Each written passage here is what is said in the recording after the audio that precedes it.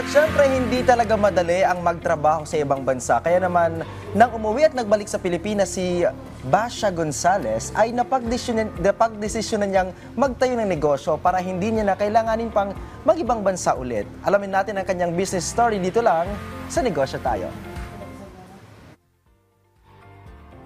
Ang pagkakaroon ng maganda at healthy na buhok ay mahalagang parte ng ating overall appearance.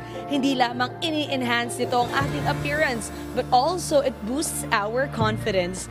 Dahil dyan ay isang hair salon business ang binisita namin upang alamin ang kanilang sikreto sa successful na negosyo.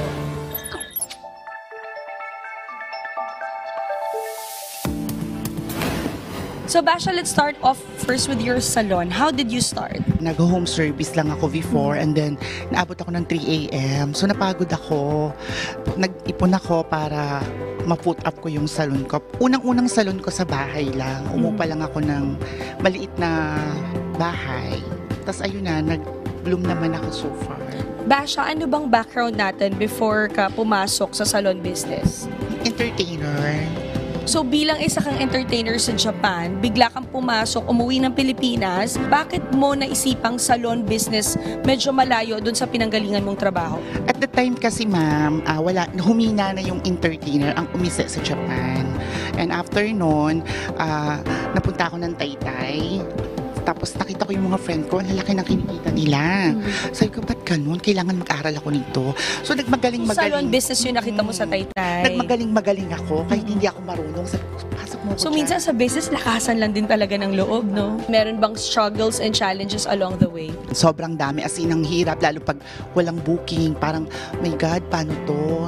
Umuupa na ako ng pwesto and all of the sudden, mahirap talaga, pero kinaya naman. Anong ginawa mo to be able, to surpass that challenge? More on posting sa social media. Tapos, ayun, nakikita ng mga tao, hanggang sa ni-refer na lang ako ng mga client ko.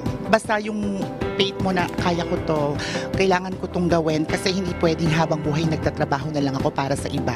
Magkano ang kapital na sinimulan mo? I just started at 50K. Hindi ka ba natakot na makakabalik kaya to? Ito na yung last money ko.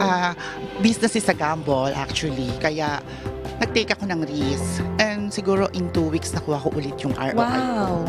Anong advice ang mabibigay mo sa mga gusto rin pumasok sa salon business? Sana bago kayo mag-put up ng salon, alam nyo yung kalakalan. Dapat marunong ka talaga. Otherwise, pag iniwan ka, magsasara ka. Malulugi ang negosyo mo. Ano yung mga natutunan mo na pwede mo i-share sa amin? Dapat hindi lang titingnan mong kliyente yung mga client mo. Dapat ituring mo rin silang friends. Para kahit papano ganun din yung i-feedback nila sa'yo. Bakit ba importanteng magnegosyo ang mga kababayan nating Pilipino? Kasi may mga umaasa sa atin at the same time pagtanda namin, may ipon at para hindi ka magmukhang kawawa. Napakahirap mag-work ng dapat mag-save ka para sa sarili mo. Huwag mong hayaan na maka-attract ka ng negative vibes. Always think positive para tuloy-tuloy ang success. Yan po ang aral na ibinahagi sa atin ni Basha Gonzales. Another business story at business tips na naman ang itatampok namin sa susunod nating pagkikita. Kaya naman, tara! Negosyo tayo!